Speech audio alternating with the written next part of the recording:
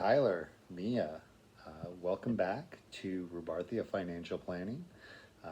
Really excited to see you guys today, and I appreciate you guys coming into my office. So today's the day. I've finalized your financial plan. Today we're going to go through it all. I provided you each a copy, and then I have my copy. I've got some highlighted notes. I'm going to try my hardest to make this as conversational as possible and not to just be reading a document.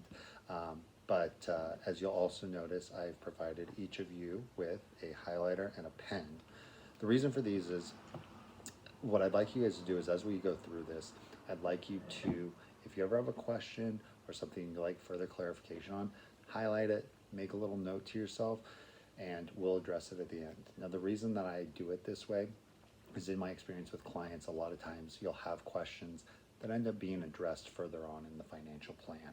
And so as opposed to getting bogged down in conversations that we don't need to, that'll be answered later, I find it's best to write them down, and then when we get to the end, we'll address all of your questions. Okay? So that being said, first of all, I just really like to thank you guys for coming to meet with me and really choosing me as the person to help you plan out your financial future. A financial planner can only be as good as the data they're provided. And so above all, I really wanted to thank you guys for being open, transparent, honest, and quite honestly vulnerable with me when it comes to your finances, which is a deeply personal thing, but also, financial planning is all about helping our clients achieve their long-term hopes, dreams, and goals. And it's you guys got pretty deep with me, and I just wanted to thank you before we really get started. Thank you for being so open and honest and transparent with me. I'd also like to congratulate you both for taking this monumental step forward. I think right now is a very prudent time for you to start really fine-tuning your financial plan. You guys are both relatively young. You guys are 42. I know it doesn't feel young. Kids can do that to you, hence the gray hair. But in terms of when most clients actually come to see me for the first time, you guys are relatively young. A lot of times clients, I'm forced to tell them, I really wish you would have come to see me 10 years ago because you've done things that we can't go back and change. And so I think you guys are here at the right time. The sooner is always the better, but you guys have done a really phenomenal job of setting yourself up for financial success. And now we just have to tweak and fine tune the plan. So again, I think that the steps that you guys are taking now, you're really setting yourselves up for long-term success as well as your daughter, Becky. And really that's what we do everything for is our kids, right? I'd like you to know that the conversations that we're going to have through this process are not always going to be the easiest conversations, but please know that I'm approaching this with your best interests in heart, and really my goal is to help you guys realize your dreams and goals, okay? When we first met, you guys expressed to me that you had two major goals that you were looking to accomplish by working with a financial planner. So your primary goal, and I love this, I highlighted it, was to live life with a relatively high level of financial satisfaction and to be self-sufficient in retirement. You stated your ideal retirement age is 62, so that gives us about 20 years left of working age. And then also, you'd like me to assume a life expectancy for each of you of 95 years. So hopefully long, healthy life, and that's how I kind of built the plan out. Your second goal was to provide 100% of Becky's college education at the time she is to start college. So she's 5. We assume she starts college at 18, so we've got about 13-year runway there. First of all, it's very refreshing to have clients come to me and state that their retirement is their number one priority. Far too often I'm found that I'm tasked with convincing clients that they need to prioritize their own retirement above all else. And so the fact that you guys have already kind of earmarked that as your goal and the number one priority for yourself is very beneficial to me as a planner. I really believe that one of the biggest benefits of a comprehensive financial plan is the peace of mind that comes with that. There's really the removal and the lifting of weight of worrying about the what ifs. I think that a financial plan provides clarity, and especially as you get later on into life, that can have tremendous mental and physical health benefits. The other thing is that you guys planning efficiently for yourselves, you're really reducing a potential huge burden from Becky having to take care of you in your older age. Okay. So beyond those two primary goals, you guys also explained to me some of your hopes and dreams for retirement, which I really loved hearing about. This is where I get to humanize my clients. I get to find out what you're passionate about and really what we're working so hard towards now. And so Mia, both of you actually have very philanthropic goals, which I just really think is kind of cool. Mia, you talked to me about your love for art, maybe turning that love for art into a small business or even potential opening an art gallery in town with the proceeds going back to support the local art community. My grandmother's an artist. I love art. I appreciate it. I can't draw a stick figure to save my life, but I definitely appreciate it. I think that's awesome that you really want to fuel that passion in retirement. Tyler, obviously you have a love for golf, or else you wouldn't be doing what you do for a living. But you told me about the desire to potentially coach golf on a pro bono basis. Maybe I can be your first client because I can't even stay on the fairway. So again, I appreciate you guys being very open about your dreams, and I just like hearing that stuff.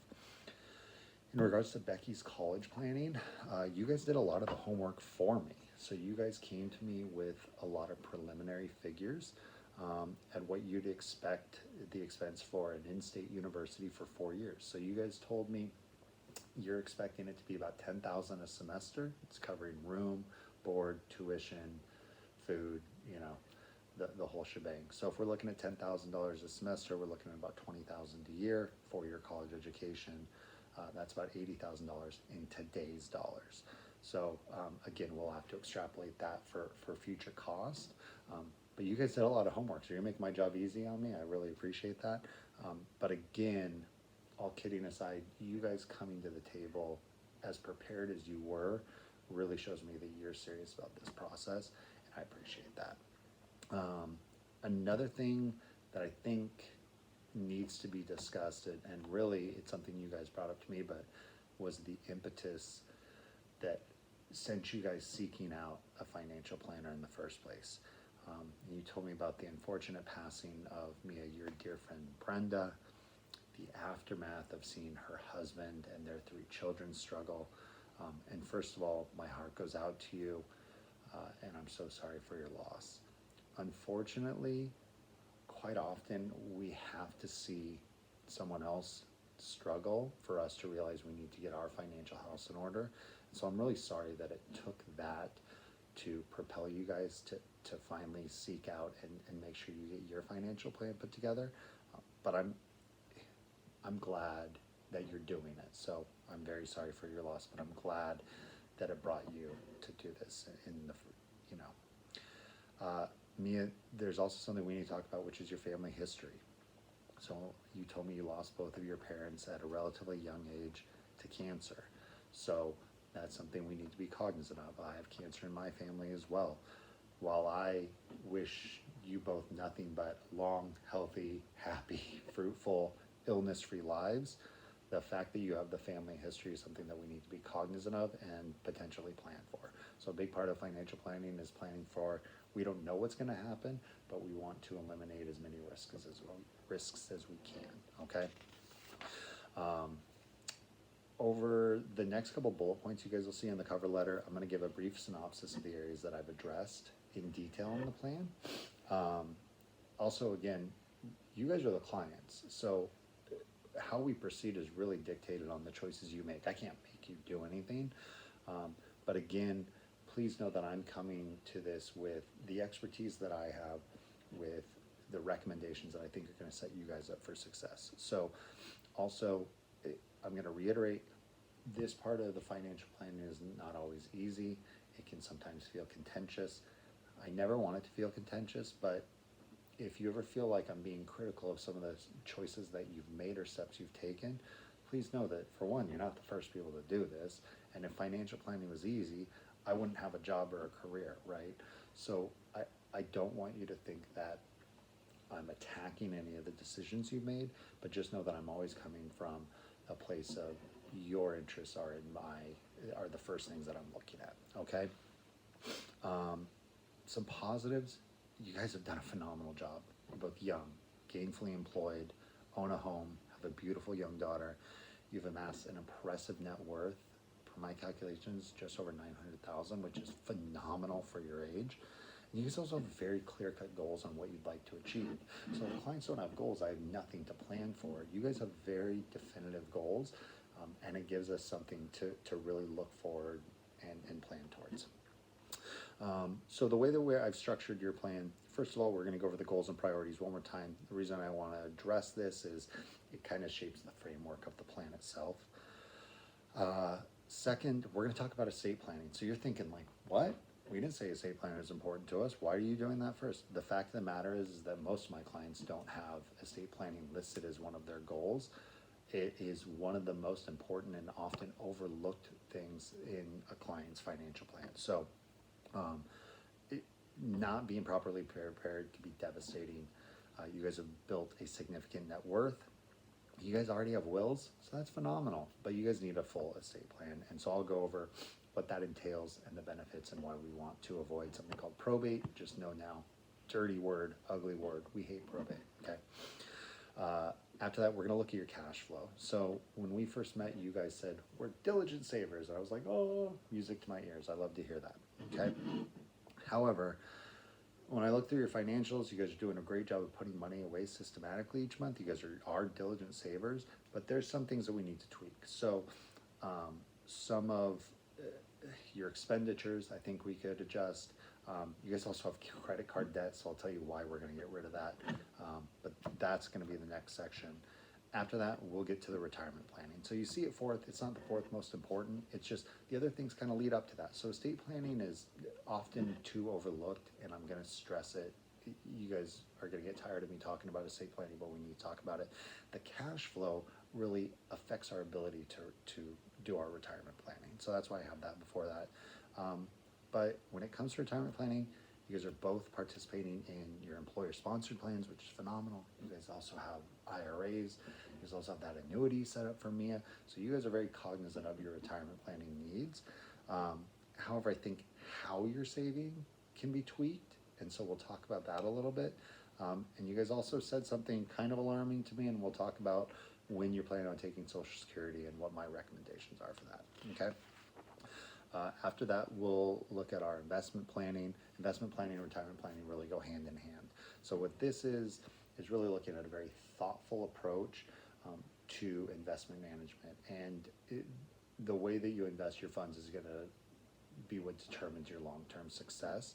I'm not gonna bog you down with modern portfolio theory or a bunch of buzzwords. I'm gonna talk about some very easy to understand concepts that I think will really help put investing, at least help it make a little bit more sense, okay?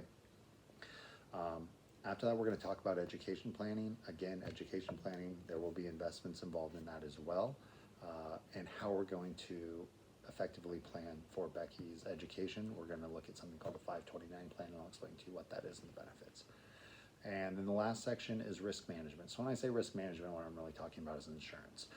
Your life insurance policies, your guys' homeowners, disabilities. I have a couple tweaks I'd like to make there. And also you guys have a FSA available. And so I'd like to talk about why you may or may not want to look at that. Okay, so again, keep in mind, this plan is ever evolving. This is not concrete. Your lives are going to change. This plan will change. So this is a first draft of many drafts. And as life changes, we will continue to evolve this plan. The other thing is, I don't want you guys to get overwhelmed. I think that sometimes clients can leave here and be like, oh my God, look at this giant pack of paper. I have to do all this stuff. the way that I've structured this is I've actually made an action item list that I put at the end of this. And what I find is that it gives very, first of all, I've assigned each of you tasks. So you guys have homework. There's due dates. And I find that by compartmentalizing each of the tasks, it almost makes it a bit more palatable. And as opposed to you just leaving here saying like, you told us we have to do 50 things. You say, okay, well, here's the task. Here's the due date. This one, we can maybe wait a little bit longer. This one he has scheduled earlier, so we want to get that done quicker. So I don't want you guys to get overwhelmed, but I've tried to make it as least overwhelming as possible. After today, I'd like us to meet again in 90 days to update our plan, see what progress has been made towards the items that need addressing and that action items list. All that said, don't hesitate to call, email, text, carrier pigeon, however you want to get in touch with me. I'm very accessible and I work for you. You are my clients. But after the initial 90-day follow-up, for the first year, I like to do every 6 months. After that, it's really up to you. I have clients, most of the time I end up talking to my clients at least quarterly, but at a minimum, I'd like to meet with you once a year. From a fiduciary standpoint, I need to do that to feel like I'm doing what's right for you guys as your financial planner. Again, you guys can come see me every month if you like, but after that first year, if you feel like only annual visits are necessary, then we do that. What you'll find is some years it'll be once a year, some years we'll probably see each other 4 or 5 times. It just depends on where life is, okay? I get a ton of joy in seeing my clients prosper and their plans come to fruition, and so I'm really looking forward to that with you. Let's take a quick break and then let's jump right into the plan. Okay, so let's jump into it. So just to clarify, the plan itself will follow the bullet points that I laid out in the cover letter. I find that's easy because it'll almost serve as a table of contents. So if you're looking for a specific section, you can just go, okay, that's third. We'll just go there. But again, we're going to start with the goals and priorities you set forth for me.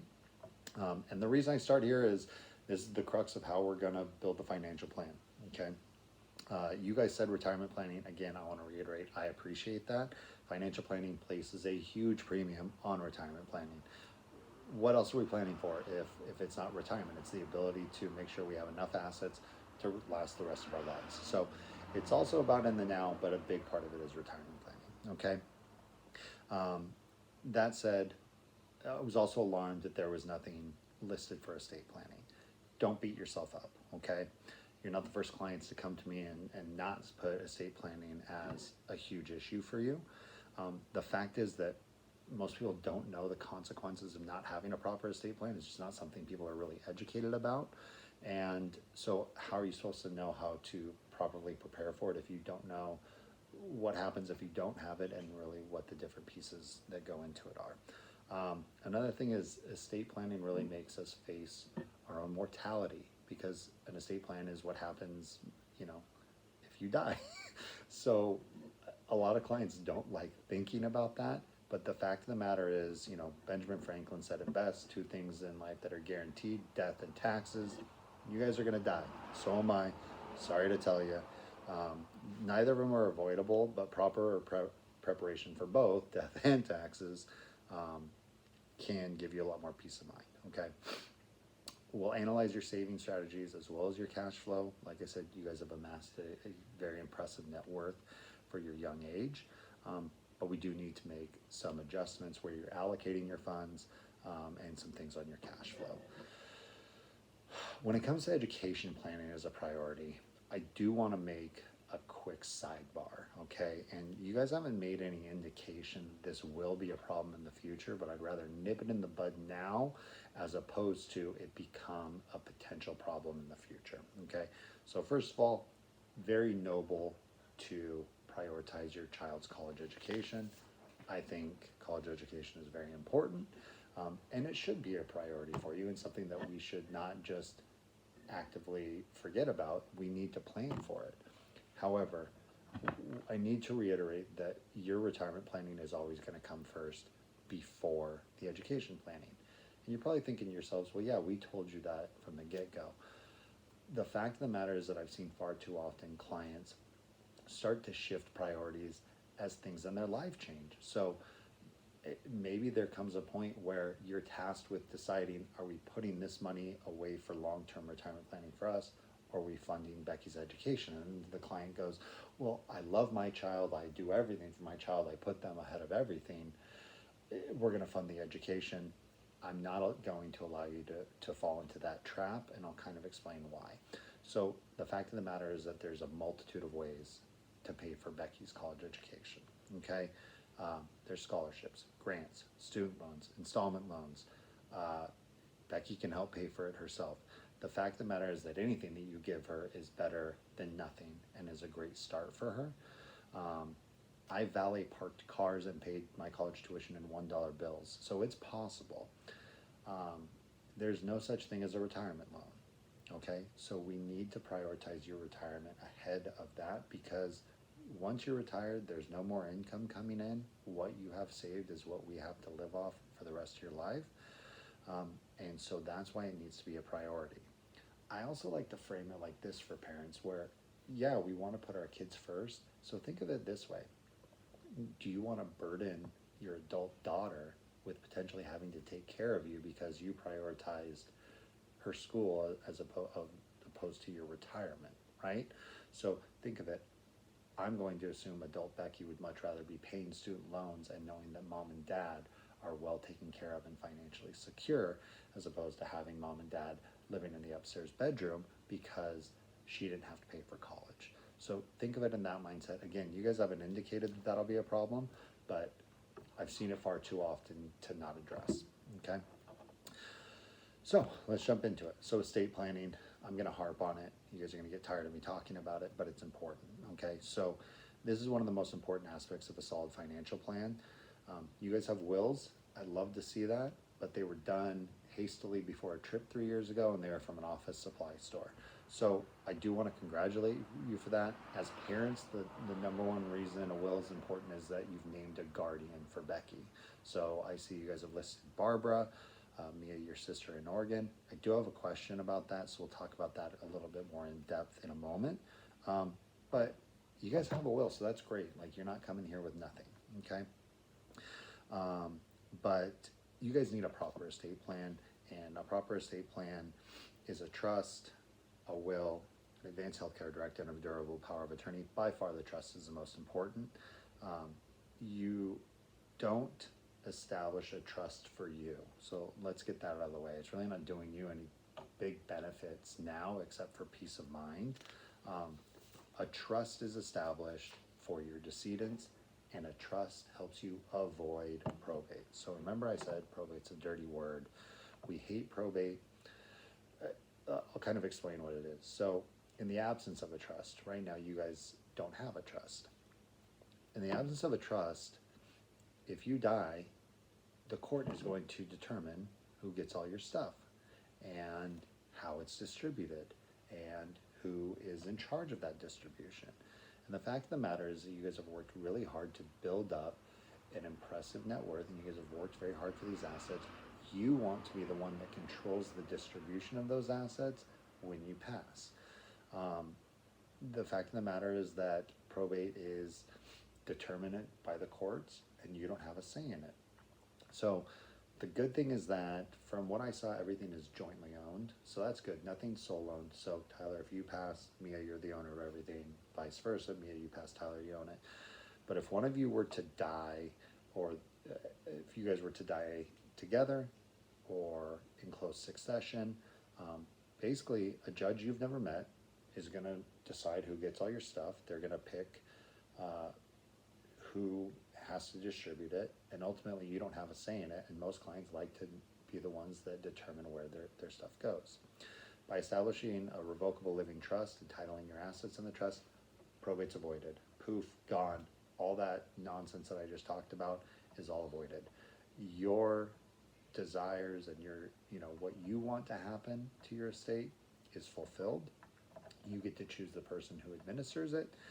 The other good thing is, assuming Becky would be the primary beneficiary, she's your daughter, you can also set stipulations and limitations on distributions with the trust. So for example, as opposed to 18-year-old Becky inheriting all of your net worth at the age of 18, I'm sure Becky's going to be a very responsible young lady at the age of 18, but I also don't like putting 18-year-olds in a position where they can make grave financial mistakes, okay? So, like I said, a proper estate plan, 4 documents, kind of go through what each one is. Revocable living trust, legal document, avoids probate, and it allows you to dictate the distribution of your estate from beyond the grave. So that's great. Your wishes are upheld, okay? There's 3 parties to a trust. There's the grantor, the trustee, and the successor trustee. In this case, Tyler and Mia are the grantors. You're the creators of the trust, or the trustors. You guys would also be the acting trustees. A revocable living trust is revocable, meaning you guys can make any changes. It's a living document, so as life changes, you change. Beneficiaries, if you want to add charities or nieces, nephews, pull people out, add people in, you guys can make any of these changes as you go through. You're the acting joint trustees because it's for your benefit. If one of you were to pass away, Tyler, you pass away, Mia stays as sole trustee, vice versa.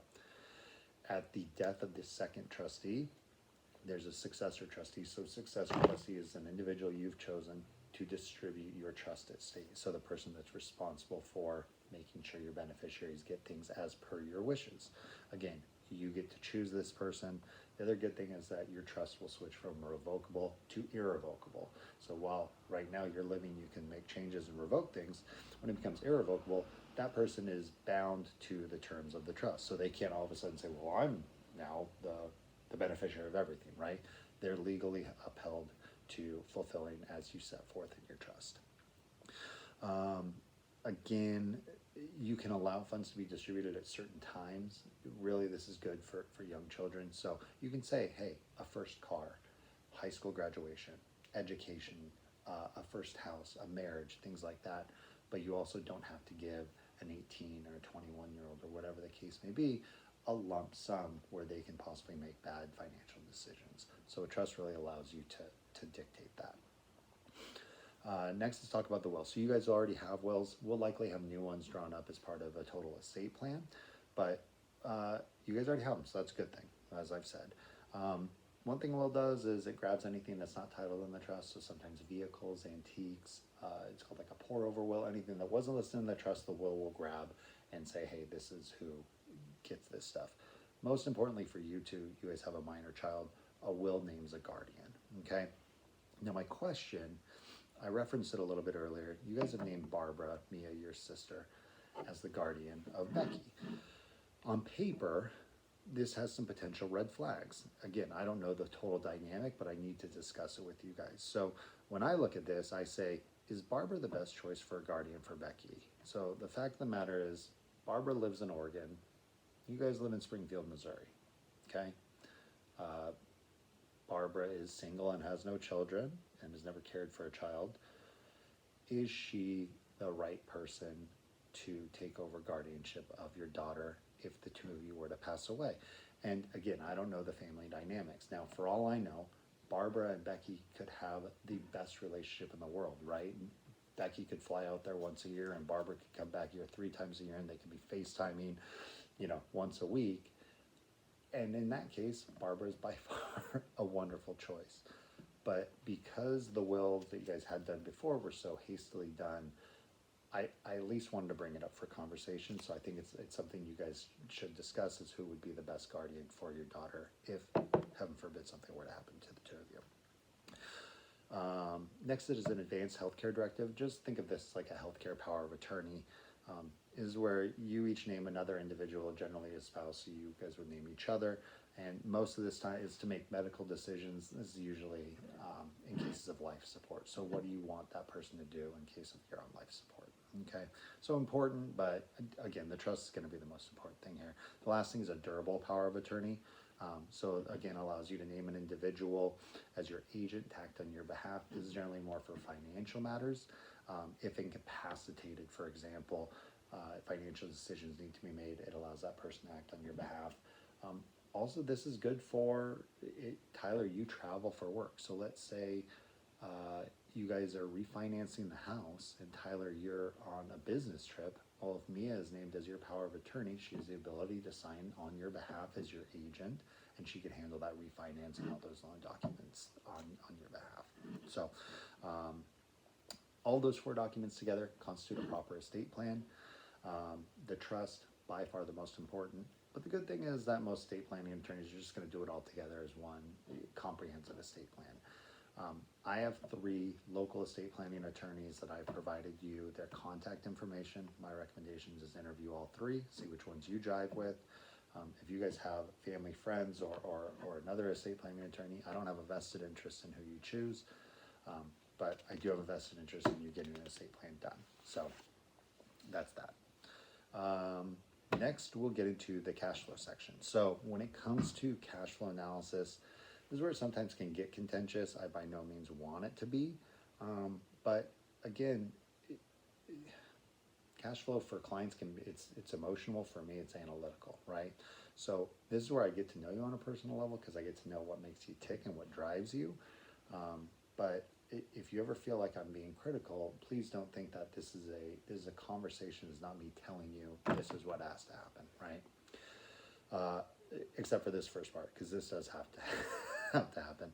To begin with, you guys are actually running an annual deficit. So you guys are, more money's going out than is coming in. I think that we can fix that. The biggest thing that jumped out, you guys have credit card debt. There's no reason for you guys to carry credit card debt.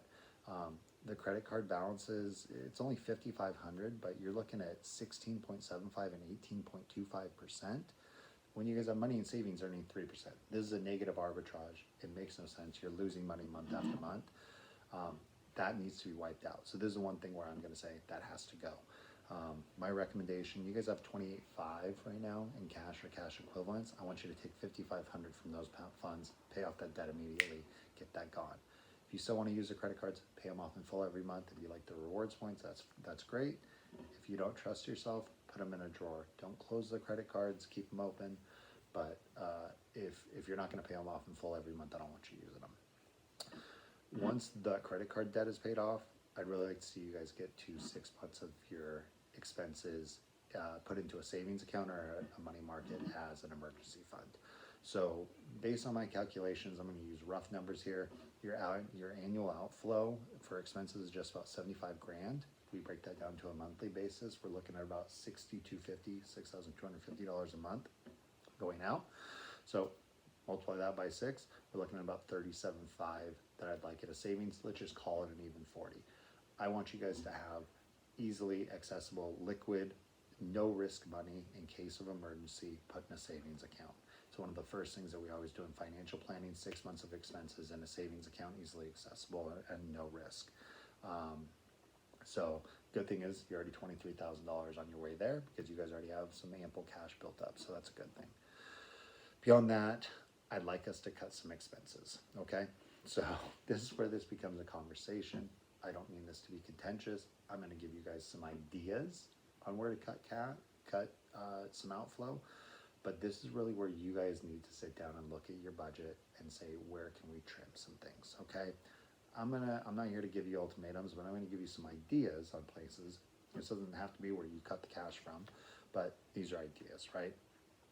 So, for example, you guys told me monthly expenses of $225 a month for entertainment and $275 a month for dining out. So those two things combined, you just spend $500 a month just on nights out. Okay, I love a good night out. It's one of the things I look forward to, and for me, it's worth it, right?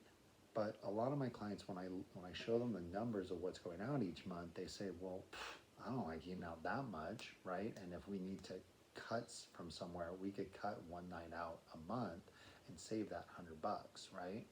So again, this is not me saying don't go out to eat anymore, but be cognizant of where that money's coming from, okay?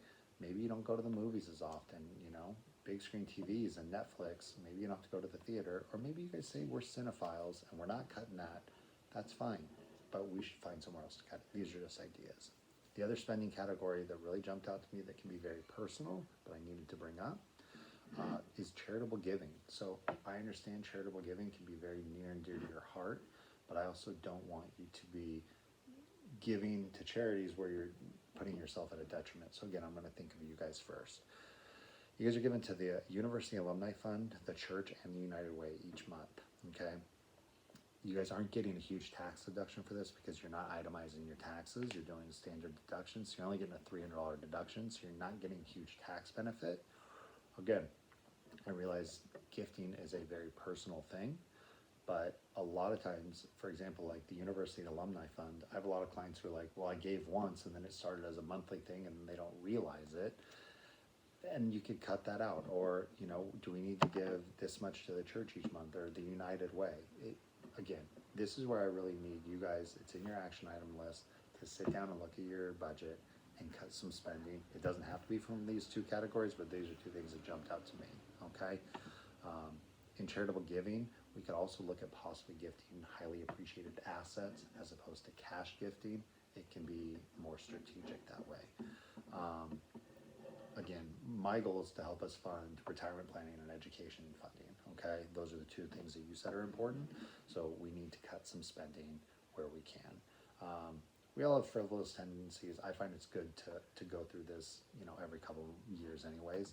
So that's our cash flow section. I'm gonna pause here, let you guys get a drink of water, and then we'll jump into the next section. All right, now that everybody's refreshed, let's get back into it. Our next bullet point is retirement planning. So retirement planning can be really fun to think about. All right, I don't have to work anymore. It can also be very scary to think about, I don't have a paycheck anymore. So when we look at retirement planning as financial planners, what we're looking at is replacing your income, okay? And what I've done is I've looked at your current retirement accounts, how you're funding them, and then I have some suggestions, so let's just start there. So first off, you guys both have work-sponsored 401k accounts that you guys are contributing to. I love it, okay? Tyler, you're doing 6% of your current salary, but not bonuses, so we're gonna talk about that. Mia, you're doing 10% of your current income to your plan. You guys are both getting 3% match from employers, free money, always take the free money. You guys also have outside IRAs. And the annuity for Mia's retirement as well. So you guys have a great foundation. You guys have obviously prioritized this. Now we just need to make some tweaks and fine tune some things. One of the first things that caught my eye, Tyler, is you opted not to contribute to your 401k with your bonus payments, okay? Now, those come twice a year. I get kind of your logic of thinking, well, the employer's not matching on those, so why would I contribute? You're really shooting yourself in the foot here. We need to maximize getting money put away tax deferred for your retirement and make that a priority. So I get that while your employer is not matching those contributions, you're still forgoing an opportunity to put funds away tax deferred, save on taxes now. You expect to be in a lower income tax bracket when you retire anyways. And so I'd like to get more of that money put away tax free. And so we need to contribute from your bonuses as well. Your bonuses account for 33% of your income, and none of that's going to retirement. That I think has to change, okay? So, I mean, even if you just did that same 6%, that's an extra $2,054 each year that would go towards retirement, would grow long-term tax deferred, and that you're also not paying taxes on now. You guys are also keen on being diligent savers, but a ton of that savings is being done after tax. You're paying taxes on your money and then you're putting it into savings. So what jumped out to me is you guys are putting away $1,150 each month. You're not getting a tax break on any of it. And I don't know what you guys are saving for, right? So you guys gave me any purpose as to what all those funds were going towards, but you already own a home. You've expressed to me that you plan on staying in Springfield, Missouri, and retiring here, that you love it here. So why are you not putting more money away into retirement accounts, getting the tax deference, the tax deferred growth? We can still put money away. I don't want you to take all of that and put it into retirement, because we still should have a healthy balance between the two, because I do want you to have funds that are accessible, that you're not going to pay a penalty on or pay taxes on if you need to pull from them, that I still want invested. But I think we could increase your contributions to your retirement plans and cut back some of that after-tax savings, okay? The next thing is the allocation of your funds. So we're going to dive deeper into that in the investment planning portion. Like, I really don't like the CDs you guys have, I'll just be honest. But we'll talk about that in the next section. When we met, you guys told me that you're going to need about 85% of your current gross income in today's dollars to meet your needs in retirement. So your guys' current combined income is about 135 grand a year. 85% of that is $115,000 a year in today's dollars. If we extrapolate that and adjust for inflation at 3%, so in 20 years, what we're shooting for is an income goal of about $207,000 a year. So when we build your plan, that's the income goal that we're looking for in 20 years, okay? The last thing here that I want to touch on is Social Security. Excuse me. So you guys stated Social Security, I want to take it as soon as I can. So I get it. Free money from the government, and it's not free, it's your money, you're just getting it back, right? But Social Security is a huge part of retirement planning, and I don't want you guys to take it at 62 if we can avoid it. And here's the reason why. We get very few guarantees in the financial planning world. One thing that is guaranteed is the increase on Social Security year after year that you defer taking it.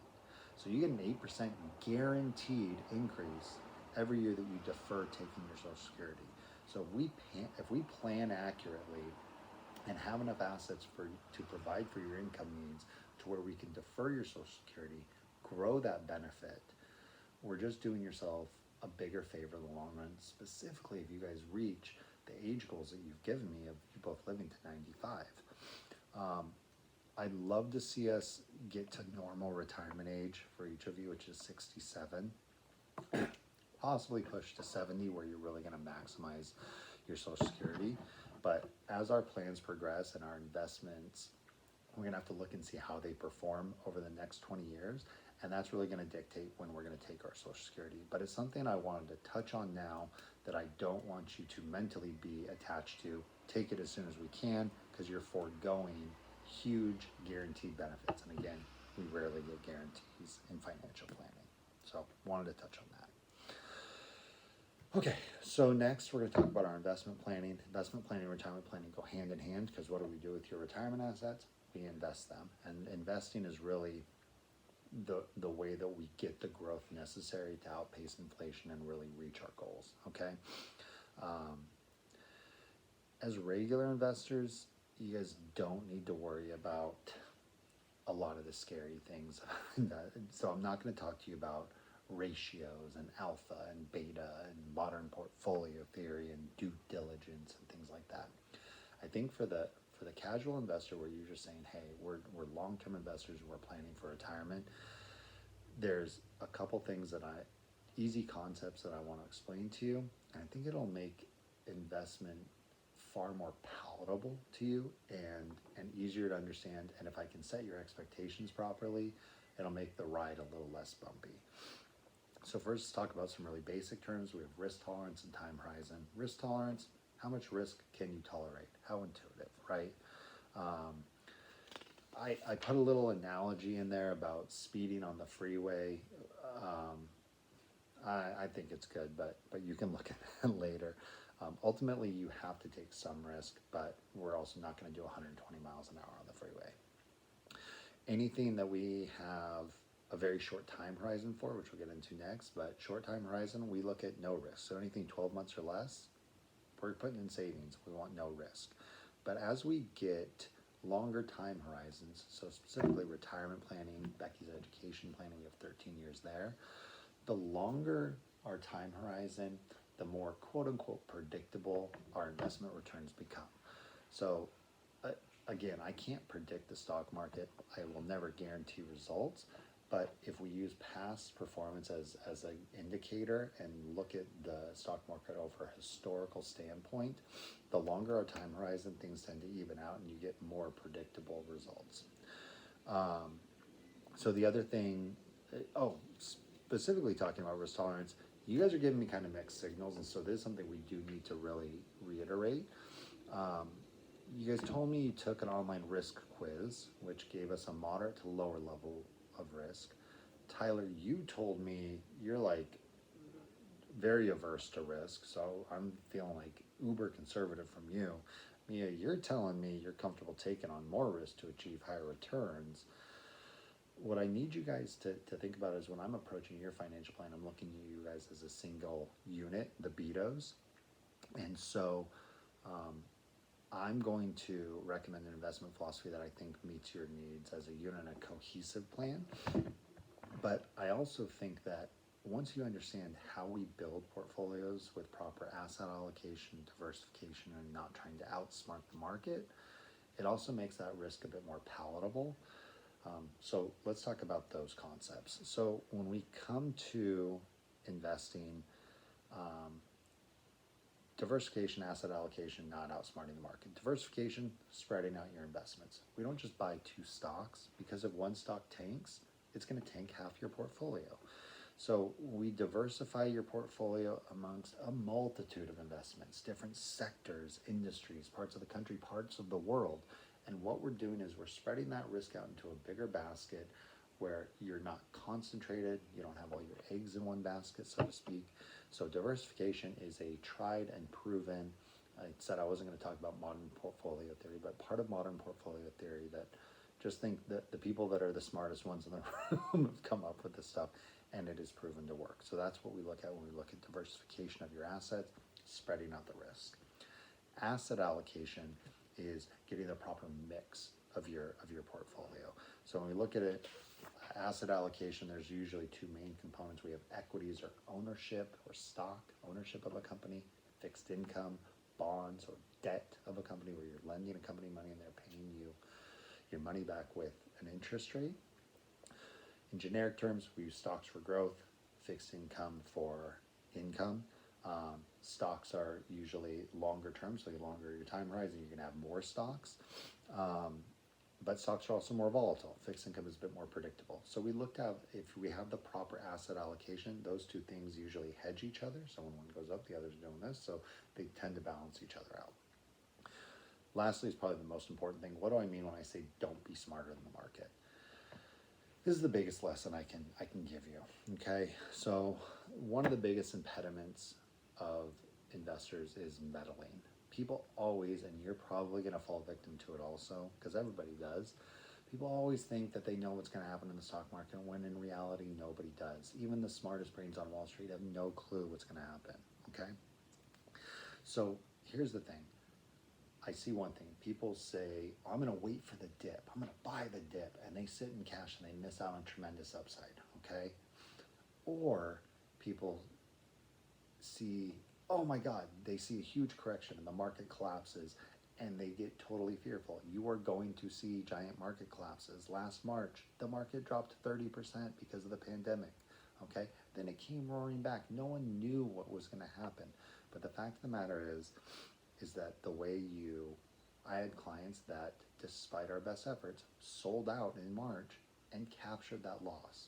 So the best advice that I have for you is you're going to see a lot of this. You guys have a long time frame. Let it ride. The best thing that you guys can do is consistently contribute and stay in the market. Don't try to capture wins. Don't try to wait for downtimes. Don't meddle. Trust in diversification and asset allocation. We will adjust these things as economic indicators come about. It doesn't mean that everything is fixed and we don't change it. We're going to rebalance your accounts, but don't try to outsmart the stock market because it never works. Okay. Let's look at your asset allocation because it's kind of all over the place, and I see this all the time. So don't beat yourselves up. You guys have CDs for the two IRAs. I don't like CDs. These are earning 3.5%. You're barely outpacing inflation. And your guys' retirement accounts, and I've gone more into detail, so you can read all that, but I'm just going to tell you, I want us to get to a 60-40 ratio in the retirement accounts. So I look at your retirement accounts, the IRAs and the 401ks all together. Okay, 60% stock, 40% bonds.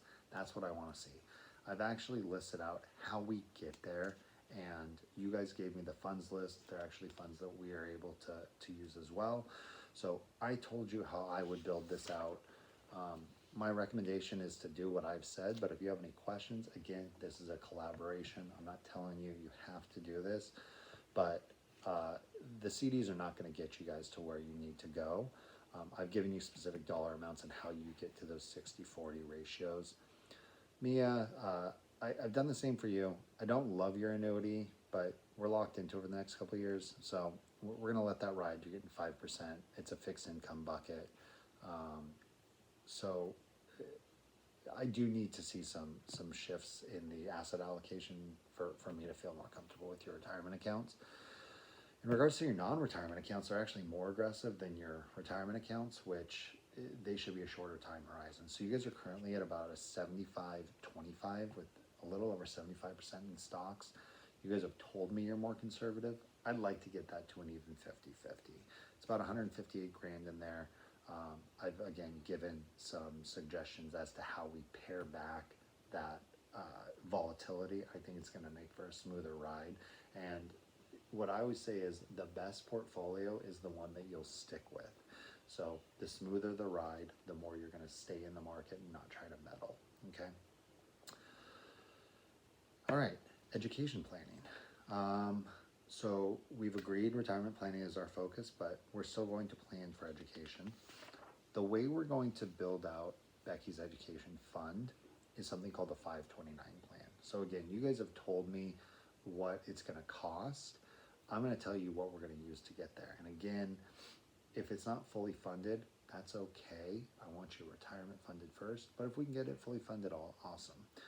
529 plan, that is how it works, is why it's beneficial. It's a specific account.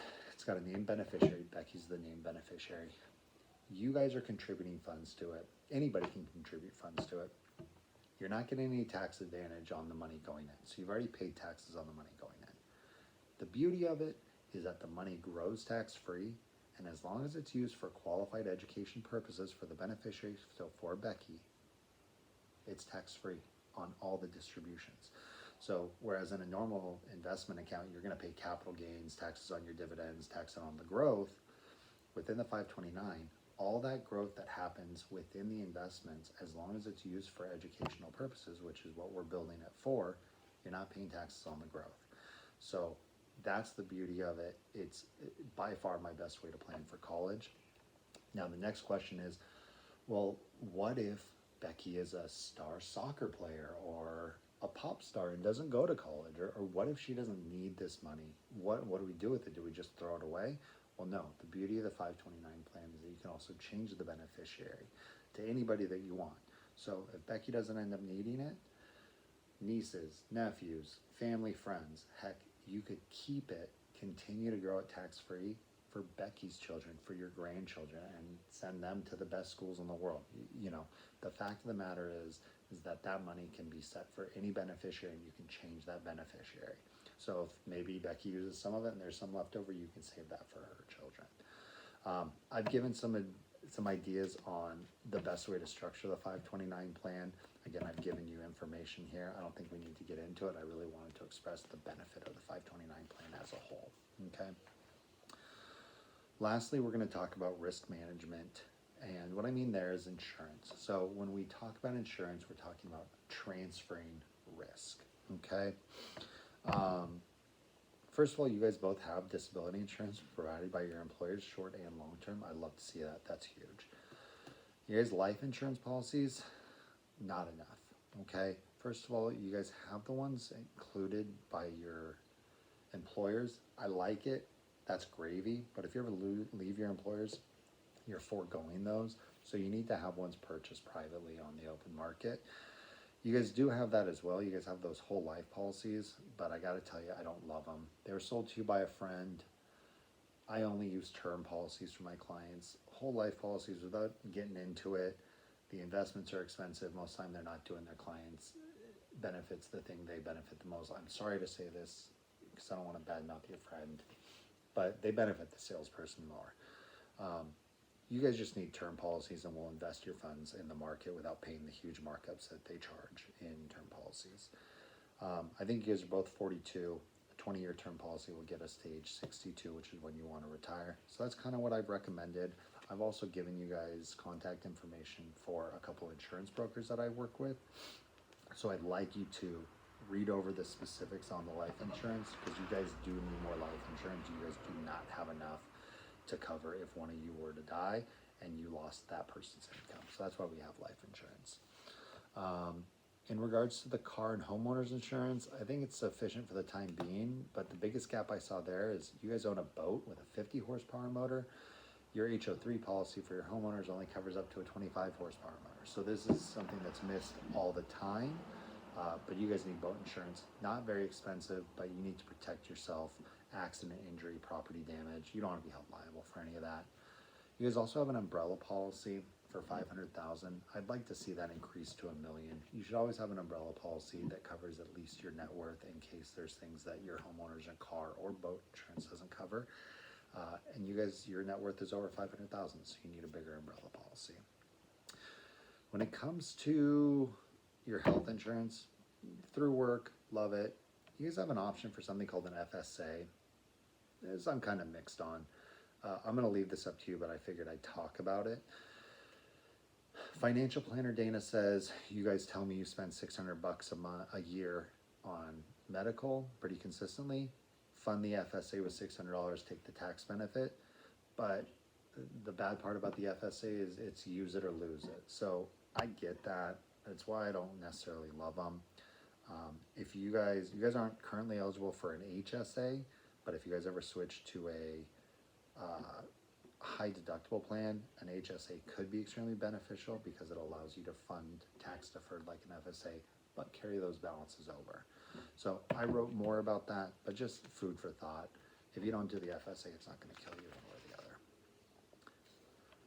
And look at that. We're all wrapped up. So again, there's far more in depth through the financial plan itself. I'd really like you guys to go through with a fine-tooth comb. After this, you'll find the action items list. Again, I'd like to see you guys in 90 days. I get a ton of joy in seeing my clients prosper and having the financial plan give them the peace of mind to meet their goals. So again, I just really want to thank you guys. Any questions you have, don't hesitate to ask. We can do our questions and answers now. If not, I'll see you guys in 90 days. And thank you again for your business.